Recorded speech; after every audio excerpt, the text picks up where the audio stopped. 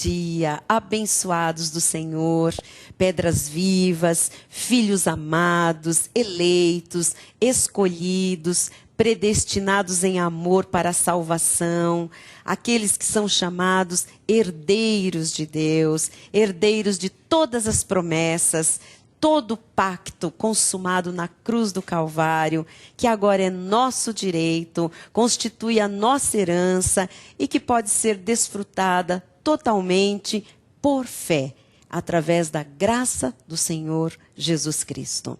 Bom dia a todos que crescem nesta graça e no conhecimento do Pai. Eu sou a Bispa Solange Brant, da Igreja Cristo Vive de São Paulo, Missão Apostólica da Graça de Deus. Nesta segunda-feira, nós vamos dar início a um tema muito precioso. Nós vamos falar sobre a carne e sobre o Espírito. Nós vamos entender por que o Filho de Deus, já salvo, que já está liberto do império das trevas, já foi transportado para o reino do Filho do amor de Deus, o reino de Jesus Cristo, porque este crente, este cristão, ainda é muitas vezes escravo de certas paixões, porque este crente ainda faz coisas do velho homem, coisas que fazia antes de se converter ou de ser convertido por Jesus. Por que ainda há escândalos na obra de Deus? Por que há muitos tropeços, há muitas situações que às vezes assustam ao povo de Deus, porque um cristão fez uma coisa que era impensável, absurdamente fora de qualquer propósito, de qualquer conhecimento bíblico. Nós vamos entender sobre as questões espirituais e as questões carnais no meio do povo de Deus. Mas antes de eu entrar no tema da semana, sobre a carne e o espírito, eu quero primeiramente lembrar a todos os telespectadores que hoje, segunda-feira, nós temos uma noite no nosso ministério marcada por orações, por intercessões, pela confissão da fé. Todas as segundas-feiras nós nos reunimos aqui na Cristo Vive São Paulo para orar a Deus em congregação, para nos juntar com fé, com confiança, né, com esperança, tendo a certeza da resposta do Pai, tendo a convicção de que Deus, Ele não rejeita a oração de um filho, de um coração quebrantado, um coração temente. Então, nós temos visto a glória do Senhor nas respostas às orações, às intercessões, e nós vamos continuar, nós vamos prevalecer, nós vamos ter aqui um momento hoje, e teremos todas as segundas, como vem acontecendo, não é? Há muito tempo, este momento de oração. Muito pode, muito, mas muito mesmo pode a oração do justo. A palavra de Deus diz que Deus não atende a pecadores, que Deus não atende a oração do pecador, mas Deus atende a oração do justo, daquele que já está em Cristo Jesus, daquele que foi justificado, salvo, que agora desenvolve a sua salvação com temor e tremor. Ah, esse filho, esse justificado, esse que nasceu de novo, que é nova criatura, quando ele clama, o Senhor do céu ouve. O Senhor, diz a Bíblia, se inclina. Ele presta atenção naquilo que nós clamamos, pedimos. Foi Jesus mesmo quem nos ensinou a pedir. Ele disse, pedi, pedi e dar-se-vos-á. Ele disse para pedir. E se ele disse para pedir, ele não está brincando com os nossos sentimentos, com as nossas emoções.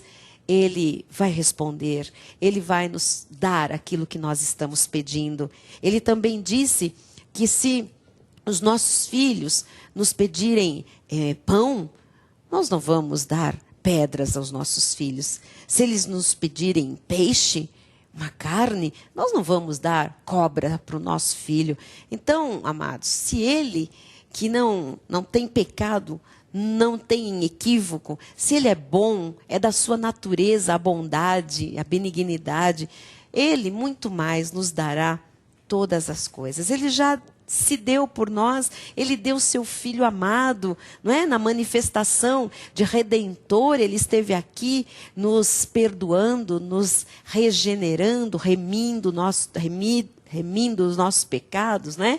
Então, vamos todos entender que quando nós pedimos a Deus do coração, né? Com a oração da fé, crendo que Ele é poderoso para fazer infinitamente mais do que pedimos ou pensamos, logo Ele responde, Ele nos dá, Ele nos consola, Ele nos dá direção, Ele dá os sinais que nós precisamos. Então, venha para cá hoje, vamos nos juntar, vamos orar, vamos interceder por aquele que está caído, abatido, enfermo, aquele que está atrapalhado das ideias, confuso. Muito pode a nossa oração, a nossa intercessão. Hoje, 8 horas da noite, oração e confissão aqui na Cristo Vive São Paulo. Rua Professor José Leite Oiticica, 250, Brooklyn, travessa da Avenida Shukri Zaidan, em frente a Vivo. Pode ligar para nós se você tiver alguma questão para perguntar ou saber a condução, como é que você chega até nós. Em São Paulo, prefixo 11, o nosso telefone é 5561-4405. O nosso e-mail, igreja@cristovive.com.br. E nós vamos prosseguir falando hoje, esta semana, sobre a carne e o Espírito. E eu queria começar com o apóstolo da graça de Deus, o apóstolo Paulo, quando escreve aos Gálatas. E ele diz aos Gálatas, no capítulo 5, versículo 16, ele diz assim: digo, porém, andai no Espírito, e jamais satisfareis a concupiscência da carne. Vamos começar conversando sobre este versículo maravilhoso. Vamos começar entendendo, porque este entendimento, o conhecimento pleno de Deus, da sua palavra, dos seus desígnios, só pode vir através de revelação do Espírito Santo. Então, o Espírito quer nos revelar sobre este tema neste dia. E ele diz assim: digo, porém, andai no Espírito. Este andar no Espírito se refere a uma maneira de nós vivermos nesta terra, de nós nos conduzirmos nesta terra. Paulo diz, andai no Espírito. Quer dizer, viva a sua vida, prossiga, desenvolva-se, cresça, estude, trabalhe, case, tenha seus filhos, viaje, faça planos, desenvolva os seus talentos, sua vida profissional, sua vida ministerial, enfim, viva no Espírito. Andai no Espírito. Este Espírito aqui está com letra maiúscula, se referindo ao Espírito Santo, ao Espírito de Deus. Ou seja, quando nós nascemos de novo, quando nós nos convertemos, ou melhor, quando somos convertidos pela obra graciosa de Cristo Jesus, a Bíblia Sagrada diz que o Espírito Santo de Deus vem e se une ao nosso espírito e se torna um com ele. Ou seja, agora o nosso espírito está unido ao Espírito Santo. O nosso espírito está selado com o Espírito Santo da promessa. Somos um com o Senhor. E o nosso corpo se tornou templo do Espírito Santo. Em que lugar de nós, em que parte do ser humano está morando o Espírito Santo de Deus? No nosso espírito. Deus não quer nada com a nossa carne. A nossa carne para nada aproveita, nós vamos ver isso. Então, quando o apóstolo Paulo diz, andai no Espírito, quer dizer, viva de acordo com o que o Espírito Santo é, com o que o Espírito Santo ensina, com o que o Espírito Santo manifesta, diz, revela, né? Encoraja a fazer, a viver. Então, a nossa vida, a partir da nossa conversão, a partir do novo nascimento, a partir do momento em que nós nos tornamos novas criaturas em Cristo Jesus, deve ser uma vida no Espírito, deve ser uma vida espiritual. Muitas pessoas não entendem muito bem isso e acham que uma vida espiritual é uma vida em que a pessoa fique reclusa, que ela se isole da família, se isole da sociedade, que ela viva ali somente de oração, que ela não faça mais nada. Não é isto. Quando a Bíblia fala andai no Espírito, este andar significa o quê? Caminhar, prosseguir, desenvolver a vida, sabe? Se mover nesta terra. Este andar no Espírito, né? É se manifestar, se relacionar, negociar, comprar, vender, viver no Espírito, de forma espiritual, de forma bíblica, de forma santa, porque o Espírito de Deus é santo, de forma irrepreensível, de forma digna. Esta é a vida que nós devemos viver. Esta é a maneira que nós devemos ter de nos conduzir nesta terra a partir da nossa salvação. E Paulo, ele faz uma revelação tão tremenda aqui, que eu quero que você receba isto como conhecimento do Senhor. Ele diz assim, se você anda no Espírito, ele diz, andai no Espírito. Tenha uma vivência espiritual, uma vida espiritual, uma vida conforme Deus ensina, praticando a palavra, ouvindo Deus falar e vivendo da maneira, da forma, do jeito que Deus fala, que Deus manda, que Deus ordena, que Deus ensina a viver. E ele diz, e jamais, quanto tempo é? Jamais. E jamais satisfareis a concupiscência da carne. Isto aqui é muito profundo. Isto aqui é muito importante de nós estudarmos. Porque Paulo está dizendo que há possibilidade, sim, de nós não satisfazermos o quê? A concupiscência. O que é esta concupiscência? É a fome, o desejo voraz da nossa carne. E a nossa carne quer pecar, a nossa carne quer transgredir, a nossa carne quer ir no sentido oposto ao sentido de Deus. A nossa carne quer pegar atalhos, quer sair do caminho, quer sair do eixo, quer sair do prumo. A nossa carne quer nos envergonhar, a nossa carne quer nos humilhar, a nossa carne quer fazer a vontade do pecado. A nossa carne quer fazer a vontade do diabo. A nossa carne quer viver de acordo com o mundo, com o império das trevas.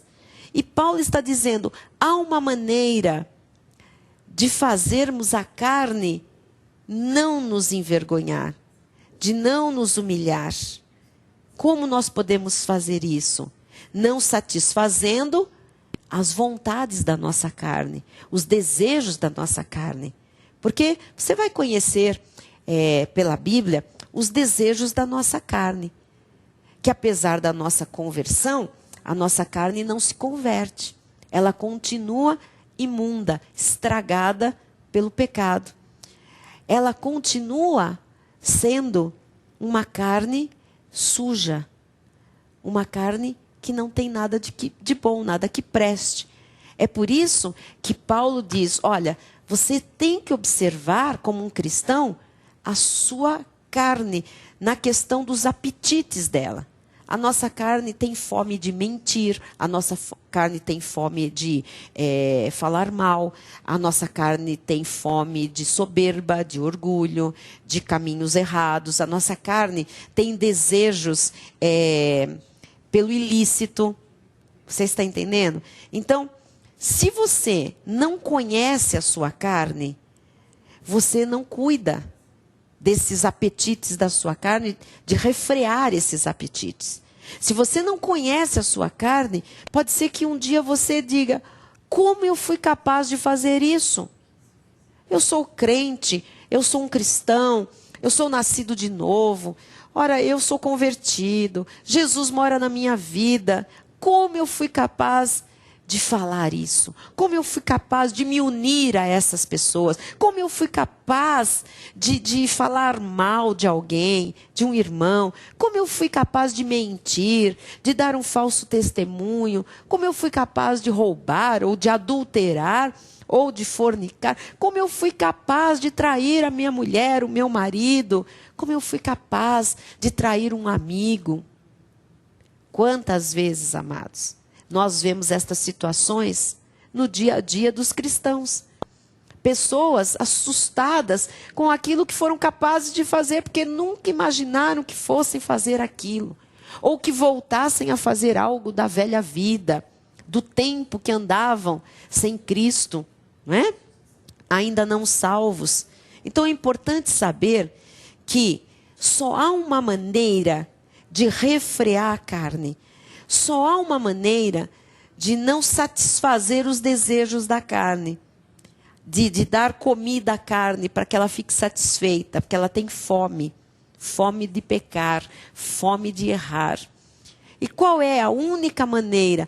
É andando no Espírito. Então, o que nós vamos entender através deste estudo é que o cristão, ele é uma nova criatura, mas ele continua com uma carne de pecado. E ele agora precisa tomar ciência desta realidade. Ele precisa saber que foi libertado do império das trevas, foi transportado para o reino de Jesus Cristo. Esse reino é um reino de paz, de perdão, de justiça, de total provisão. É um reino de alegria, um reino de amor.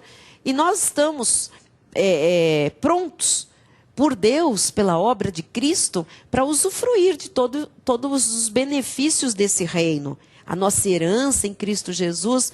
Porém, nós precisamos saber que apesar de todo este bem, de toda a nossa herança, de sermos transportados para esse reino, de termos a cobertura espiritual do reino de Jesus Cristo, apesar de tudo isso, nós continuamos carregando uma carne que tem pecado, uma carne que tem desejos enganosos, uma carne que tem concupiscências, que tem fortes inclinações para o mal, para o pecado.